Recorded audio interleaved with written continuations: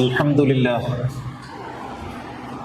لله نحمده ونستعينه ونستغفره ونستهديه ونؤمن به ونتوكل عليه ونعوذ بالله من شرور أنفسنا ومن سيئات أعمالنا من يهد الله فهو المهتد ومن يضلل فلن تجد له وليا مرشدا أشهد أن لا إله إلا الله وحده لا شريك له وأشهد أن نبينا محمدا عبده ورسوله أرسله بالهدى ودين الحق ليظهره على الدين كله ولو كره المشركون اللهم صل على رسولك سيدنا محمد وعلى آل سيدنا محمد اللهم بارك على سيدنا محمد وعلى آل سيدنا ومولانا وحبيبنا ومنجينا وهادينا ومرشدنا وشفيعنا وإمامنا وقدوتنا وقرة أعيننا محمد كما صليت وباركت على خليلك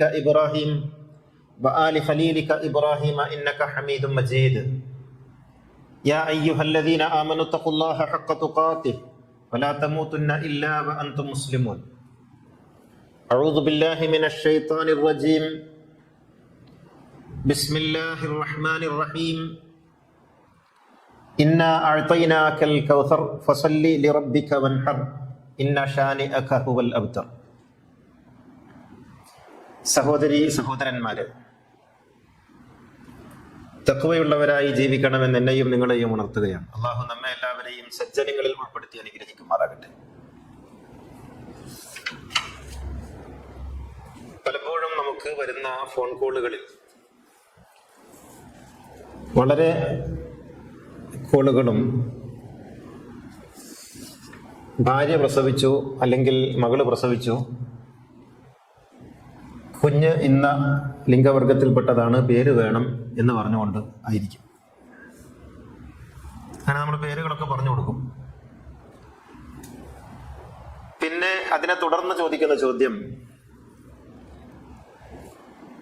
അറുക്കണമല്ലോ, അതിനെന്താണ് വഴി, ഏതിനെയാണ് അറുക്കേണ്ടത്, അതിൻ്റെ മസലകൾ എന്തൊക്കെയാണ് എന്നാണ്. അഖീഖ എന്ന ഓമന പേരിൽ മുസ്ലിം സമൂഹത്തിൽ വ്യാപകമായി പ്രചരിച്ചിട്ടുള്ള ഒരു ദുരാചാരമാണ് അഖീഖ. കുഞ്ഞ് ജനിച്ചാൽ ഒരു പോത്തിനെയോ ആട്ടിനെയോ വാങ്ങി അറുത്ത് വിതരണം ചെയ്യുക എന്നുള്ളത് എന്തോ ഒരു വലിയ സംഭവമായി കണക്കാക്കുകയും അത് കുഞ്ഞിന് പകരം നൽകുന്ന ഒരു നന്ദി സൂചകമായി പരിഗണിക്കുകയും ചെയ്ത് വരുന്നുണ്ട്. പണമുള്ളവരും പണമില്ലാത്തവരുമൊക്കെ ആചാരത്തിന്റെ പേരിലോ അല്ലെങ്കിൽ കുട്ടിക്ക് എന്തെങ്കിലും പറ്റിപ്പോകുമെന്ന് ഭയപ്പെട്ടോ അല്ലെങ്കിൽ പിശുക്കൻ എന്ന പേര് വന്നേക്കുമോ എന്ന് ആശങ്കിച്ചോ ഒക്കെ ഇത് ചെയ്തു പോരുന്നുണ്ട്. കുഞ്ഞ് ജനിച്ചിട്ട് അഖീഖ അറുത്തിട്ടില്ലെങ്കിൽ കുട്ടിക്ക് വല്ലതും പറ്റിപ്പോകും എന്നുള്ളതാണ് പലരുടെയും ആശങ്ക. എന്താണ് അഖീഖ? അതിന് ഇസ്ലാമിന്റെ നിലപാട് എന്താണ്? അങ്ങനെ ഒരു ആചാരം യഥാർത്ഥത്തിൽ ഉണ്ടോ? അത് പ്രവാചകൻ ചെയ്തിട്ടുണ്ടോ എന്ന് പരിശോധിക്കുന്നത് രസകരമായിരിക്കും. യഥാർത്ഥത്തിൽ അങ്ങനെ ഒരു ആചാരമേ ഇല്ല. പ്രവാചകൻ അത് ചെയ്തിട്ടില്ലെന്ന് മാത്രമല്ല, എനിക്കിഷ്ടമല്ല, അങ്ങനെ ചെയ്യരുത് എന്ന് പ്രവാചകൻ കൽപ്പിച്ചതായി ഹദീസിന്റെ ഗ്രന്ഥങ്ങളിൽ തന്നെ പറയുന്നുണ്ട്. ഫാത്തിമ ബീവി പ്രസവിച്ചു ഹസനിനെ. ഹസനാണല്ലോ മൂത്ത കുട്ടി. ഇത് അഹ്മദ് ഉൾപ്പെടെയുള്ള തബറാനി, ബൈഹഖി മുതലായ എല്ലാ ഹദീസിന്റെ കിതാബുകളിലുള്ള ഒരു ഹദീസാണ്. ലമ്മ വലദത്ത് ഫാത്തിമത്തു ഹസനൻ, ഫാത്തിമ ഹസനെ പ്രസവിച്ചപ്പോൾ ഖാലത്ത്, ഫാത്തിമ ബീവി റസൂലിനോട് ചോദിച്ചു, അലാ അഉഖു അനിബ്നി ബിദമിൻ, നമ്മുടെ സമ്പ്രദായം അനുസരിച്ച് എൻ്റെ കുഞ്ഞിന് വേണ്ടി ഞാൻ അറുക്കേണ്ടതില്ലേ, അല്ലെങ്കിൽ ഞാൻ അറുക്കട്ടെ എന്ന് പ്രവാചകനോട് ഫാത്തിമ ബീവി മകള് ചോദിക്കുകയാണ്. അപ്പൊ അതിൽ നിന്ന് മനസ്സിലാക്കാൻ കഴിയുന്ന ഒരു വസ്തുത, ഇത് അറേബ്യൻ നാട്ടിൽ പണ്ടേ നിലവിലുണ്ടായിരുന്ന ഒരു ആചാരമാണ് എന്നാണ്. ഇപ്പൊ ഫാത്തിമ ബീവി ആ ആചാരത്തിന്റെ പുറത്ത് ചോദിക്കുകയാണ്, അല അഉഖു അനിബ്നി ബിദമിൻ, ഞാൻ കുഞ്ഞിന് വേണ്ടി ഒരു മൃഗത്തെ അറുത്താലോ എന്ന് വാപ്പാനോട് ചോദിക്കുന്നു. അപ്പൊ റസൂല് പറയുന്നത് ഖാല സല്ലല്ലാഹു അലൈഹി വസല്ലം ലാ, അറുക്കരുത്. വലാകിൻ, പക്ഷേ നീ പകരം ഒന്ന് ചെയ്യണം. അഹ്ലിഖി റഅ്സഹു വതസദ്ദഖി ബിവസ്നി ശഅരിഹി ഫിദ്ദ, അവന്റെ തലമുടി വടിക്കുകയും എന്നിട്ട് അത് തൂക്കിയിട്ട് അതിന് കണക്കായി വെള്ളി നാണയങ്ങൾ നീ സദഖ നൽകുകയും ചെയ്യ്. അനിൽ അലൽ മസാക്കീൻ, പാവങ്ങൾക്ക്. ഫഫഅലത് ദാലിക, അങ്ങനെയാണ് ഫാത്തിമ പ്രവർത്തിച്ചത്. ഫലമ്മ വലദത് ഹുസൈനൻ ഫഅലത് മിസ്ല ദാലിക, ഹുസൈനെ പ്രസവിച്ചപ്പോഴും ഫാത്തിമ ഇതേ രീതിയാണ് അനുവർത്തിച്ചത്. വഫീ റിവായത്തിൻ ഉഖ്റ, മറ്റൊരു ഗ്രന്ഥത്തിൽ ഹദീസിന്റെ റിപ്പോർട്ടിൽ കാണാൻ കഴിയുന്നത് ലാ തഉക്കി അൻഹു, നീ അറുത്തുകളയല്ലേ, നീ അറുക്കരുത് എന്ന് പ്രവാചകൻ പറയുന്നതായിട്ട് കാണാം. എന്ന് മാത്രമല്ല റസൂൽ ഇങ്ങനെ കൂടി പറയുന്നു, എനിക്കത് ഇഷ്ടമല്ല. ലാ ഉഹിബ്ബുൽ ഉഖൂഖ, അഖീഖത്ത് അറുക്കുന്നത് എനിക്കിഷ്ടമല്ല. മറ്റൊരു റിവായത്തിൽ ലാ യുഹിബ്ബുല്ലാഹുൽ ഉഖൂഖ, എനിക്ക് മാത്രമല്ല പടച്ചോനും ഇഷ്ടമല്ല എന്ന് പറയുന്നതായിട്ട് മുവത്തയിലെ 2183 മൂന്നാം നമ്പർ ഹദീസിൽ കാണാം. എനിക്കും അള്ളാഹുവിനും അഖീഖ അറുക്കുന്നത് ഇഷ്ടമല്ല എന്ന് റസൂല് പറയുന്നതായിട്ട്. നിങ്ങൾ ആലോചിച്ച് നോക്കണം, പ്രവാചകൻ തന്റെ പേരക്കുട്ടിക്ക് വേണ്ടി അഖീഖ അറുക്കട്ടെ എന്ന് ചോദിച്ച മകളോട് അറുക്കരുതെന്നും അതിന് പകരം ഇങ്ങനെ ചെയ്താൽ മതി എന്നും പ്രവാചകൻ കൽപ്പിക്കുകയും എനിക്കും അള്ളാഹുവിനും ഇഷ്ടമല്ല എന്ന് പറയുകയും ചെയ്തു. പക്ഷേ ഇതിനെ എങ്ങനെയാണെന്നോ നമ്മുടെ പൗരോഹിത്യം സമീപിച്ചത്? എന്നിട്ട് പറയുന്നു, എനിക്കും അള്ളാഹുവിനും ഇഷ്ടമല്ല എന്ന് പറഞ്ഞതിന്റെ താല്പര്യം കരിഹൽ ലിസ്മ, ഹഖീഖത്ത് എന്ന വാക്കിനെയാണ് പ്രവാചകൻ വെറുത്തത്. വയുഹിബ്ബു അൻ യഖൂല യൻസുക, അതിന് വേറെ പേര് വിളിച്ചിട്ട് അറക്കുന്നതുകൊണ്ട് തെറ്റില്ല എന്നാണ്. ഇതിന് ഈ ഹദീസിനെ തള്ളിക്കളയാൻ കഴിയില്ലല്ലോ ഇവർക്ക്. മൊത്തം ഹദീസിലാണല്ലോ എല്ലാം നിർമ്മിച്ചിരിക്കുന്നത്. അപ്പൊ ഹദീസ് ഇങ്ങനെ വന്ന സ്ഥിതിക്ക് പിന്നെ അതിനെ മറികടക്കാൻ വേണ്ടി വ്യാഖ്യാനവുമായി രംഗത്ത് വന്നു. നബി പറഞ്ഞത് ഹഖീഖത്ത് എന്ന കർമ്മത്തെയല്ല, ഹഖീഖത്ത് എന്ന വാക്കിനെയാണ്. എന്നിട്ട് അതിന് വേറും പിന്നെ പറഞ്ഞ ഖുർത്തുബി അതിന് പറയുന്ന ഒരു വിശദീകരണം, ലഅല്ലഹു അൻ യകൂന കരിഹസ്മൽ ഉഖൂഖി, ഒരുപക്ഷെ നബി ആ പദത്തെ ആയിരിക്കാം വെറുത്തത്. മിൻ ജിഹത്തിൽ ലഫ്ള, അതിന്റെ ഒരു പദപരമായ സംഗതി ആയിരിക്കാം വെറുത്തത്. ഹഖീഖത്ത് എന്ന വാക്ക് ഒഴിവാക്കിയാൽ മതി, കർമ്മം അങ്ങനെ തന്നെ തുടരട്ടെ എന്നാണ് ഇതിനെ മറികടന്നുകൊണ്ട് വിശദീകരിച്ചത്. എന്നിട്ട് ആ വാക്ക് ഒഴിവാക്കിയില്ല. ഇപ്പോഴും ഹഖീഖത്ത് തന്നെയാണ് അതിന്റെ പേര്. എന്നാ പിന്നെ പേര് ഒഴിവാക്കണ്ടേ? അങ്ങനെയാണെങ്കിൽ ആ പേര് ഒഴിവാക്കണമല്ലോ, പേര് ഒഴിവാക്കിയില്ല. അപ്പോ ഇങ്ങനെ പ്രവാചകൻ നേർക്ക് നേരെ എനിക്കിഷ്ടമല്ല, അള്ളാഹുവിനും ഇഷ്ടമല്ല, നീ അറുക്കരുത് എന്ന് തന്റെ മകളോട് തന്നെ പറഞ്ഞ ഒരു കാര്യത്തിന് മറ്റൊരു വിശദീകരണം നൽകി അതിനെ നിലനിർത്തി. എന്തിനാണ് നിലനിർത്തിയെന്നറിയോ? അത് അബൂ ഹനീഫ് ഇമാം പറയുന്നുണ്ട്. അബൂ ഹനീഫ് ഇമാം പറയുന്നു, കാന ദാലിക ഫിൽ ജാഹിലിയ്യ, അതൊരു ജാഹിലിയ്യ ആചാരമാണ്. എന്ന് വെച്ചാൽ പ്രാകൃതമായ അറേബ്യൻ ഗോത്ര സമ്പ്രദായങ്ങളിലുള്ള ഒരു ആചാരമാണ്, പഴയ ആചാര സമ്പ്രദായമാണ്. ഇസ്ലാം, ഇസ്ലാം അത് പൂർണ്ണമായും ഉപേക്ഷിച്ചിട്ടുണ്ട്, അത് തടഞ്ഞിട്ടുണ്ട്. അപ്പോൾ അബൂ ഹനീഫ് ഇമാം പറയുന്നു, പണ്ടേ അറേബ്യൻ ഗോത്ര സമൂഹത്തിലുള്ള ഒരു ആചാരം അത് ദുരാചാരമാണെന്ന് കണ്ട് പ്രവാചകൻ തടഞ്ഞു. പക്ഷേ വളഞ്ഞ വഴിയിലൂടെ ആ ആചാരത്തെ വീണ്ടും സ്ഥാപിക്കുകയാണ് ഗോത്രമുഖ്യന്മാർ പിൽക്കാലത്ത് അധികാരികളായപ്പോൾ ചെയ്തത് എന്നർത്ഥം. അൽ അഖീഖത്തു ജാഹിലിയ്യത്തുൻ എന്ന് ഇമാം അബൂ ഹനീഫ വളരെ വ്യക്തമായി പറയുന്നു.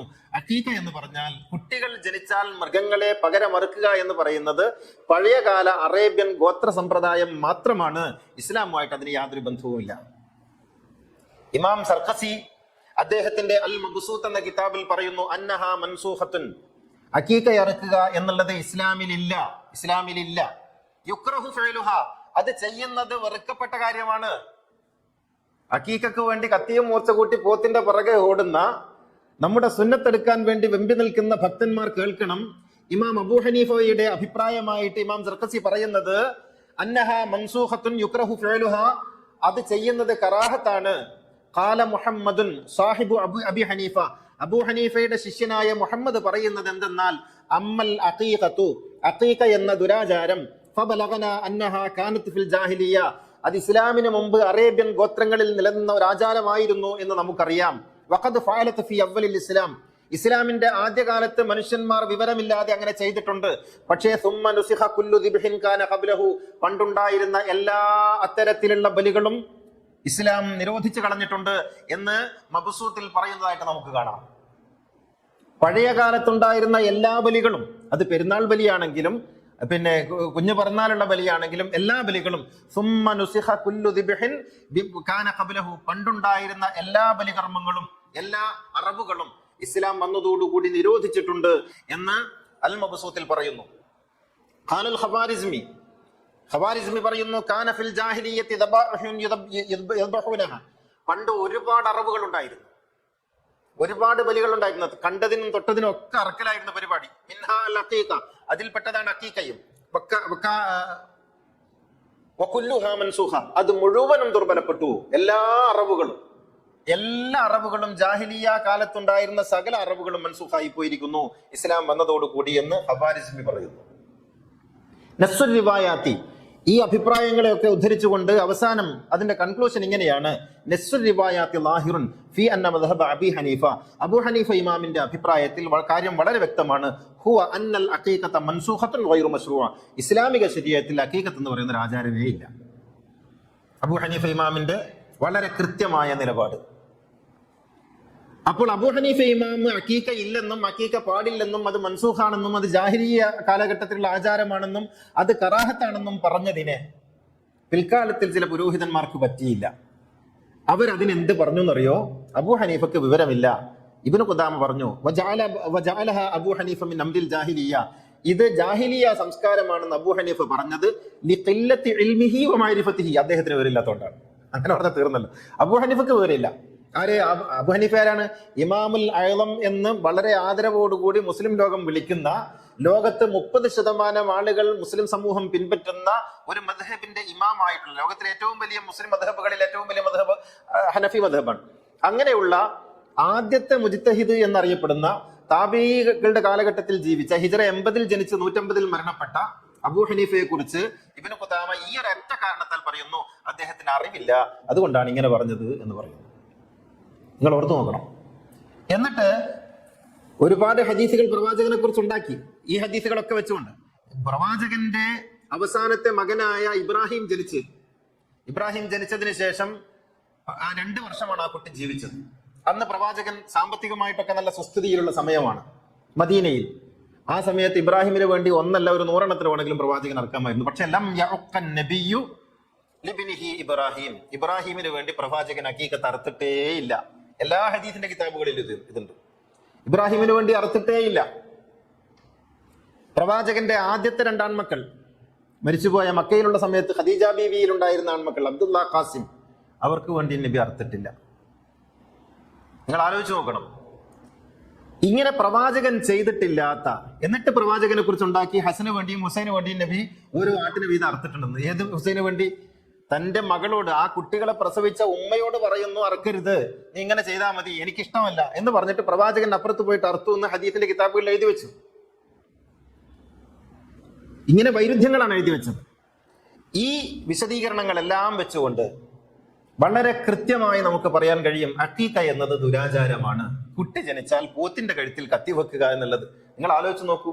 കരുണാവാനായ അള്ളാഹു, ലോകത്ത് എല്ലാറ്റിനോടും ദയ കാണിക്കണം എന്ന് പറഞ്ഞ അള്ളാഹു, ഇങ്ങനെ നമുക്കൊരു കുഞ്ഞുണ്ടായതിന്റെ പേരിൽ ഒരു പാവം മൃഗത്തിന്റെ കഴുത്തിൽ കത്തിവെച്ച് എന്നിട്ട് അതിനെ വേദനിപ്പിക്കണം എന്ന് പറയുന്നതിന്റെ പിന്നിലുള്ള കരുണയുടെ അർത്ഥം എന്താണ്? കാരുണ്യത്തിന്റെ അർത്ഥം എന്താണ്?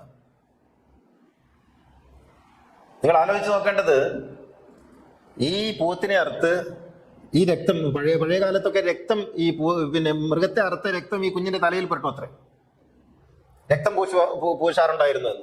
ഇപ്പോഴും അറബികളിൽ ചിലർ അങ്ങനെ ചെയ്യുന്നുണ്ട്. ഇത്തരത്തിൽ പ്രാകൃതമായ രാക്ഷസീയമായ ഒരു ആചാരം ഇസ്ലാമിന്റെ പേരിൽ പിന്നീട് ഗോത്ര രാജാക്കന്മാർ നടപ്പിലാക്കിയിട്ട് അതിന് പ്രവാചകന്റെ കയ്യൊപ്പ് ചാർത്തുകയാണ്, ഇവർ കള്ളയൊപ്പ് ചാർത്തുകയാണ് ചെയ്തത്. വളരെ വ്യക്തമായി ഇപ്പറയപ്പെട്ട കിതാബുകളിലെല്ലാം എഴുതുകയും ഇമാം അബൂ ഹനീഫ യാതൊരു സംശയത്തിനും ഇടയില്ലാത്ത വിധം പറയുകയും ചെയ്ത കാര്യമാണ് അഖീഖ എന്ന് പറയുന്നത് ജാഹിലിയ കാലത്തുള്ള ഏർപ്പാടാണ്. എന്നിട്ട് അതിനെ ഇത്തരത്തിൽ ദുർവ്യാഖ്യാനം ചെയ്തിട്ടാണ് മറികടന്നത്. എന്നിട്ട് പ്രവാചകന്റെ പേരിൽ ഇവർ എഴുതി വെച്ചു, ഇത് പിന്നെ പ്രവാചകൻ എഴുതി, പിന്നെ അടുത്തതായിട്ട് എഴുതി വെച്ചാൽ പിന്നെ 7 വയസ്സിൽ സ്വന്തം വാപ്പ അറുത്തിട്ടില്ലെങ്കിൽ പിന്നെ 7ാമത്തെ നാളിലോ അല്ലെങ്കിൽ 14ാം നാളിലോ അറുത്തിട്ടില്ലെങ്കിൽ 7 വയസ്സായാൽ അറക്കണം. അതും അല്ലെങ്കിൽ 14 വയസ്സായാൽ അറക്കണം. അതും അല്ലെങ്കിൽ 21 വയസ്സായാൽ അറക്കണം. കാരണം അള്ളാഹുവിന് നൽകുന്ന പണയമാണ് ഈ കുട്ടി, ഈ മൃഗം എന്നാണ്. ഈ കുട്ടിക്ക് പകരമായി അള്ളാഹുവിന് കൊടുക്കുന്ന പണയമാണ് ഈ പോത്ത്. ഇങ്ങനെ പോത്തിന്റെ പണയത്തിലാണ് ജീവിക്കുന്നത് എന്ന് എഴുതി വെച്ച പ്രവാചകനെ കുറിച്ച്. പക്ഷേ വളരെ കൃത്യമായി ബോധമുള്ള വിവരമുള്ള പണ്ഡിതന്മാരും പിന്നെ സഹാബികളും ഒക്കെ പറഞ്ഞു വെച്ചത് എന്തെന്ന് ചോദിച്ചാൽ അന്നഹ ബിദ്അത്തുൻ, അത് ബിദ്അത്താണ് എന്നാണ്. അൽ ബദ്റു തമാം എന്ന കിതാബിൽ വളരെ വ്യക്തമായി തന്നെ പറയുന്നു, ഫഹാദാ ഇസ്തദല്ല ബിഹി ലിഖൗലിൽ ഹനഫിയ്യ അന്നഹാ ബിദ്അത്തുൻ, അത് ബിദ്അത്താണ് എന്ന കാര്യത്തിൽ തർക്കമില്ല. ഒരു തെളിവും അതിനില്ല. അങ്ങനെ ഒരു കർമ്മം ചെയ്യുന്നതിന് ഒരു തെളിവും അടിസ്ഥാനപരമായിട്ടില്ല. അത് പിൽക്കാലത്ത് കള്ളരേഖകൾ ഉണ്ടാക്കിയതാണ് എന്നത് വളരെ വ്യക്തം. ഇത്തരത്തിലുള്ള ദുരാചാരങ്ങളാണ് യഥാർത്ഥത്തിൽ ഇസ്ലാമിന്റെ പേരിൽ നടപ്പിലാക്കിക്കൊണ്ടിരിക്കുന്നത്. ഇനി പെരുന്നാൾ വരികയാണ്, വലിയ പെരുന്നാൾ വരികയാണല്ലോ. ഇന്ന് ശവ്വാൽ അവസാനത്തെ ദിവസമാണ്, നാളെ ദുൽഖഅദ 1 ഇനി ഒരു മാസം കഴിഞ്ഞാൽ പെരുന്നാൾ പോത്തുകൾ വരും. എന്നിട്ട് ഒരുപാട് പോത്തുകളെ അറുത്ത് പെരുന്നാൾ ആഘോഷിക്കുന്നത് രക്തത്തിലൂടെ ആകണം. ആ മൃഗങ്ങളുടെ കണ്ഠത്തിൽ നിന്ന് ചീറ്റുന്ന രക്തത്തിന്റെ അളവിലാണ് അള്ളാഹുവിന്റെ തൃപ്തി എന്നൊക്കെ മെമ്പറുകളിൽ കയറി രാക്ഷസീയമായ പ്രഭാഷണങ്ങൾ നടത്തുന്ന പണ്ഡിതന്മാർ ഇക്കാര്യങ്ങളൊക്കെ ഒന്ന് റിവേഴ്സ് ചെയ്ത് പരിശോധിക്കുന്നത് നല്ലതാണ്. ഇമാം അബൂ ഹനീഫ പറയുന്നത് പണ്ട് കാലത്തുണ്ടായിരുന്ന എല്ലാ അറബും മൻസൂഖാണ്, അതിൽ പെട്ടതാണ് ഈ പെരുന്നാൾ അറബ്. അതൊന്നും ഇസ്ലാമിലുള്ളതല്ല, പണ്ട് കാലത്തുണ്ടായിരുന്ന ഗോത്ര സമ്പ്രദായങ്ങളായിരുന്നു എന്നർത്ഥം. അള്ളാഹു അനുഗ്രഹിക്കുമാറാകട്ടെ. അഖൂലു ഖൗലി ഹാദാ വഅസ്തഗ്ഫിറുല്ലാഹൽ അദീമ ലി വലക്കും വഅസ്തഗ്ഫിറുഹു അന്നി വഅൻകും വഅൻ ജമീഇൽ മുസ്ലിമീന വൽ മുഅ്മിനീന അജ്മഈന ഫസ്തഗ്ഫിറുഹു ഇന്നഹു ഹുവൽ ഗഫൂറുർ റഹീം. അൽഹംദുലില്ലാഹില്ലദീ ഹദാനാ ലിഹാദാ വമാ കുന്നാ ലിനഹ്തദിയ ലൗലാ അൻ ഹദാനല്ലാഹ്.